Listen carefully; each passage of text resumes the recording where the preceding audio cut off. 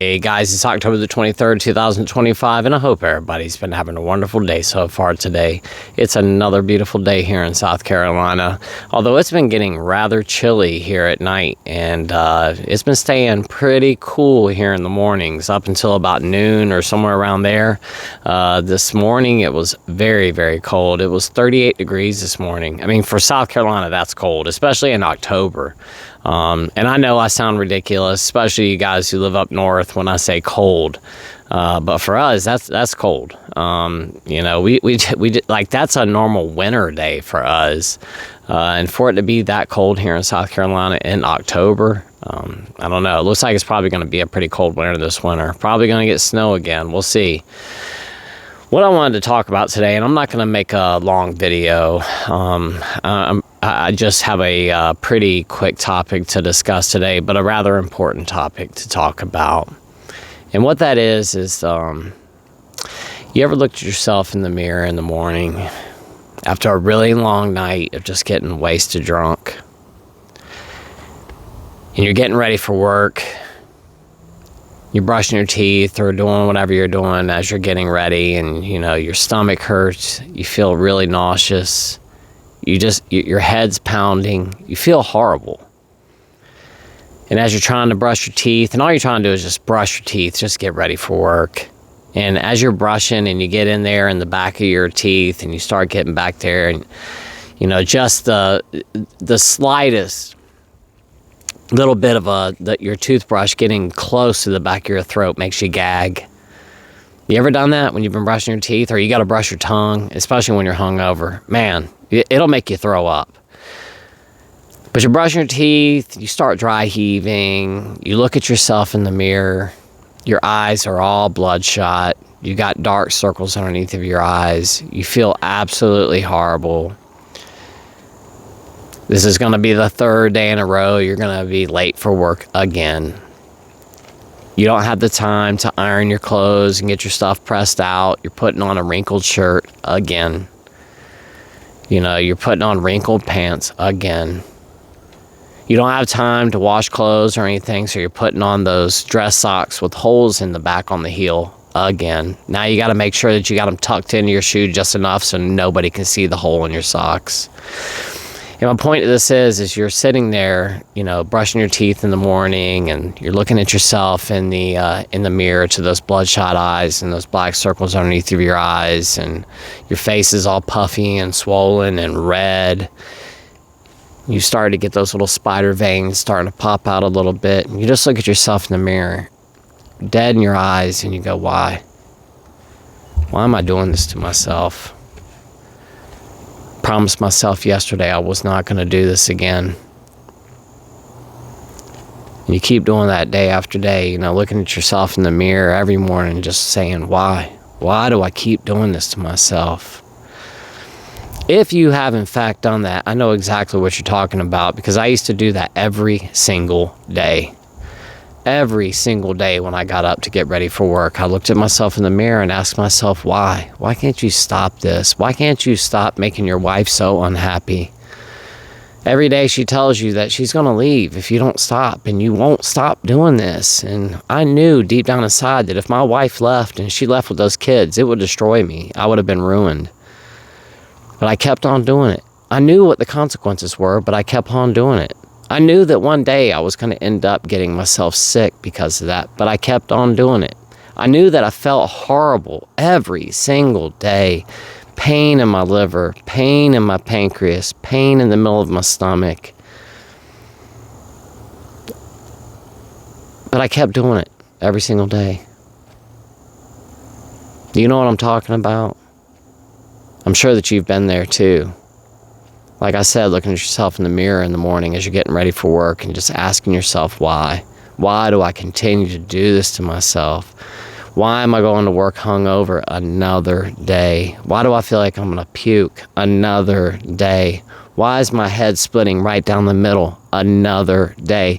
You told yourself yesterday after you took 12 ibuprofen that you weren't going to do that again today. And then you go right back and do it all over again today.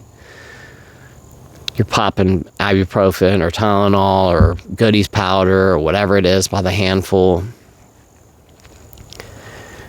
You're going through bottles of Tums, a bottle a week because your indigestion is so entirely bad.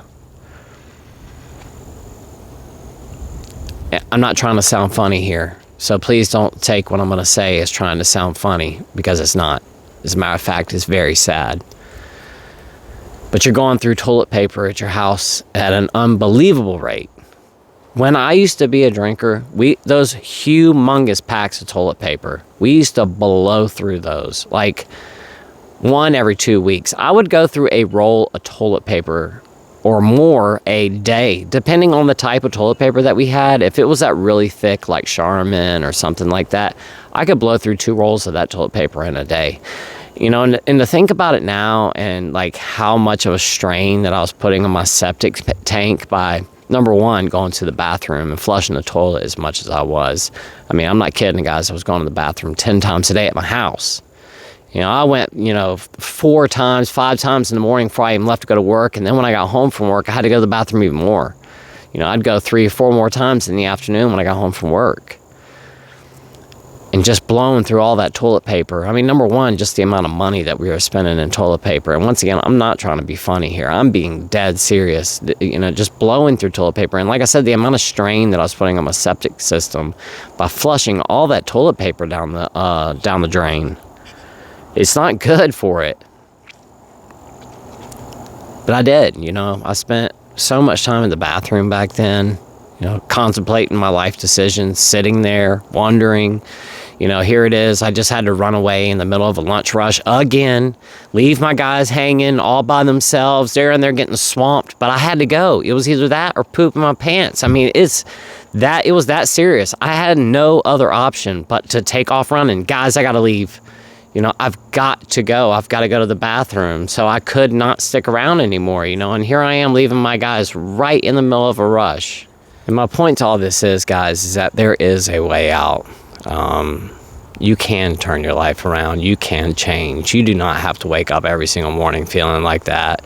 You don't have to wake up every single morning with those red eyes, bloated face, bloated belly, circles under your eyes, no sleep again, nausea all day long, splitting headache, just the whole gambit that comes along with being hungover. You don't have to live that life. You don't.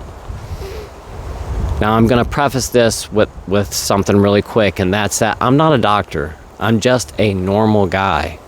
I drank myself to the point where I ended up with, chronic illnesses because of it. I have chronic pancreatitis. I've had pancreatitis so many times, I don't even know. I've lost count.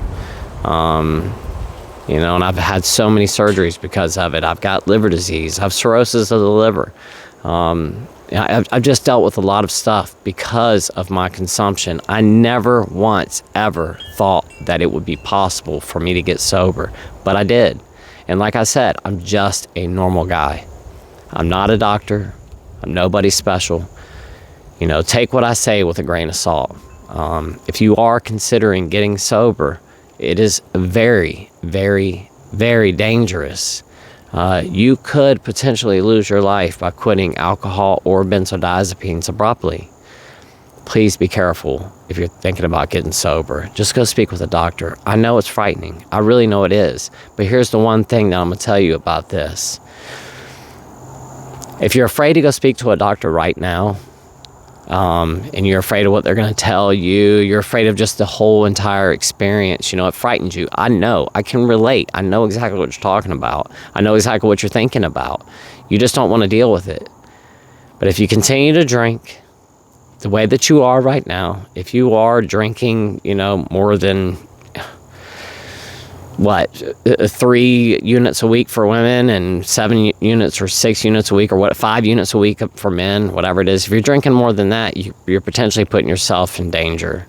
And, once again, if you're afraid to go speak with the doctor right now, if you're drinking a half a gallon of vodka every single day like I was and more, or you're drinking a case of beer every single day, or, whatever number, At some point, if you continue to do that for years upon years, you're going to have to see a doctor at some point, and it's not going to be on your time. You're not going to be the one making the decisions.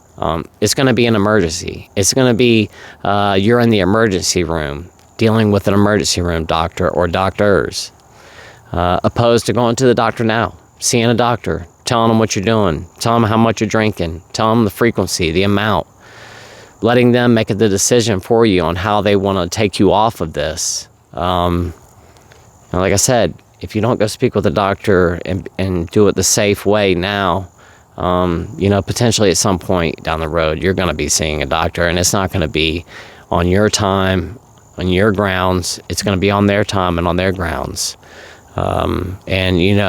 Waiting till the last minute to see a doctor is not the best way to do this, guys. It's just not. You want to speak to a doctor now. Let them check you out. Let them, walk you through this a safe way. But if you've spoken with a doctor and they give you the A-OK, or they say that they're going to do a detox some way or another, however that works out for you, if you've got the green light and you can go ahead, like I said, you can turn your life around. My point to all this whole entire video is that I used to look in the mirror every single day and ask myself that same question: why? Why am I doing this to myself? Why do I continue to do the same things over and over and over again? Why can't I just stop? Why can't I get my life back? I knew that I loved my wife and my children. I wanted more than anything else to get sober for them, but I just could not do it. And I didn't understand why. I loved them so much, but I cannot turn my life around for them. It was because I wasn't supposed to be doing it for them. I had to do it for me. I had to want it for myself. I had to say enough is enough for me. And that wasn't until I got sick and ended up in the hospital. And that was the final straw that broke the camel's back. I just couldn't do it anymore. And when the doctors told me, if you drink again, you're going to lose your life, that was it. That's when I made the decision. I'll never forget the doctor telling me that. It was like, okay, well, this is, that chapter of my life is over. I cannot go back to that ever again. Am I saying that I will never drink ever again? I can't say that. I don't want to. I don't plan to, but I can't say that for sure. All I can say is that today I don't plan on it. What's going to happen tomorrow, I don't know. The thing is that sometimes we try to take this in and look at the big picture. We look too far into the future. We look too widely. Instead of just looking at today, looking at the next hour. Can I make it sober the next 10 minutes? Can I do it the next 15 minutes? Okay, I made it through the next 15 minutes. Can I do it another 15? Okay, well, I've made it another 15. Can I do a half an hour? Can I do an hour? Can I do half the day? And you get to a point, can I just do the whole day? Yeah, I can make it through the whole day. Okay, well, I made it through the whole day. I'm going to go to sleep, and let's see how tomorrow turns out. You wake up the next day, you do it again. And then you see that you can make it through another day. Is it comfortable? Most of the time, absolutely not. It's very uncomfortable. You're not going to feel good. You're going to want to drink. It's going to be on your mind 24/7. It's all you're going to think about, because you know deep down inside that if you go to the store and go buy yourself a bottle, all this goes away. Everything goes away. You're going to go back to feeling normal again. But that's not the point. The point is to be able to get through that period of time where that's what you want to do. You break through that. You get on the other side with a doctor's permission, but you get on the other side. And then once again, you get through it every single day, one day at a time. And slowly but surely, you'll get your life back. You'll start to get your health back. Am I saying that you're going to get completely healthy after you quit drinking? I can't say that. I don't know how much damage you've already done to your body and, all that stuff. I just don't know. I can't say yay or nay. All I can say is that by stopping drinking sooner than later, that's that much less damage you're going to do to your body. Do we destroy our livers in 1 week or one night? Probably not. It happens over a long period of time. Can you destroy your liver in one night? Absolutely. You take a toxic substance, you eat some mushroom you're not supposed to. There are mushrooms out there that will put your liver straight in shutdown mode. It's true. But unless you're doing something like that or taking something really toxic, no, it takes time. This takes years, days upon days of doing the same thing over and over and over. that causes the damage to our liver. And like I said, if you are one of those people that have been looking at yourself in the mirror every single morning, asking yourself that same exact question, why am I doing this to myself? Why can't I stop? It's because drugs and alcohol are addictive. They change our brain chemistry. They change the way that our brain works. They change our dopamine delivery systems and our serotonin levels, and all of our the chemicals in our brain just get completely thrown off. Serotonin plays such a huge role in our mood, our appetite, our feelings. Just so many different things are played off of serotonin. And another thing about it too is they have recently found that serotonin is made in the gut for the most part. And when your gut is all just messed up from all the alcohol that you've been ingesting, and your gut microbiome is completely off, and you've got diarrhea every single day, your stomach's always hurting, it's always messed up, of course that is screwing with your serotonin development. They're saying now that our gut is our second brain. And when your gut's trashed, your gut microbiome is all out of whack, and it's all inflamed, and it's all swollen, and it's just everything's inflamed in there. Of course, things aren't going to be working right. Of course, you're going to feel down and depressed, and when your stomach hurts every single day, you're not feeling great about life. When you've spent the past 4 hours in the bathroom that day, you're not jumping up and down for joy. You're depressed, you're sad, you're like, why can't I turn this around? Why can't I just stop doing this? You know how destructive it is to your life, but you keep doing it every single day. It's because it's addictive. It's because we start to build patterns, and as those patterns start to build, our bodies become physically and mentally addicted to these substances, and then when you try to remove them, everything gets out of whack. But that period of time only lasts for so long. And then once you get out of that, you move on to the period of time where,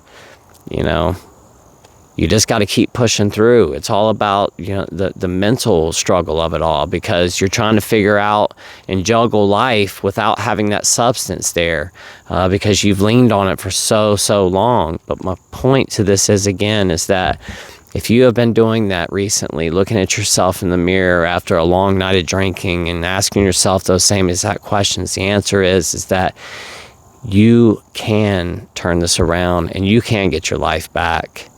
I never, ever thought that I would ever be able to get sober. I just didn't. I really didn't. I didn't think that anybody else in the world drank the way that I did. I thought I was the only person that drank the amount, the frequency that I did. I thought that I really thought that I was the worst drinker alive on this planet. And come to find out, there's other people out there who are drinking just as much or more than me. And I'm not here comparing or anything like that. My point to this is that if you think that you're bad, there's always someone out there who's drinking more than you or using more than you. But it's not over. Life isn't over. You still have a chance to turn this all around. Your best life's waiting for you on the other side. Waking up in the morning not feeling like crap. Waking up in the morning without red eyes. Waking up in the morning without swollen circles underneath your eyes, and a big red swollen face, and a swollen gut, and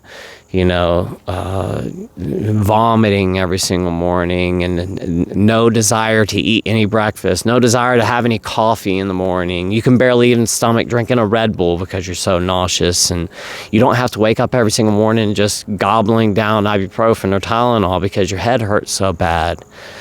You can wake up in the morning and feel good. You can wake up in the morning and make plans for the day. You can wake up in the morning and make plans for your weekend and actually follow through with your promises.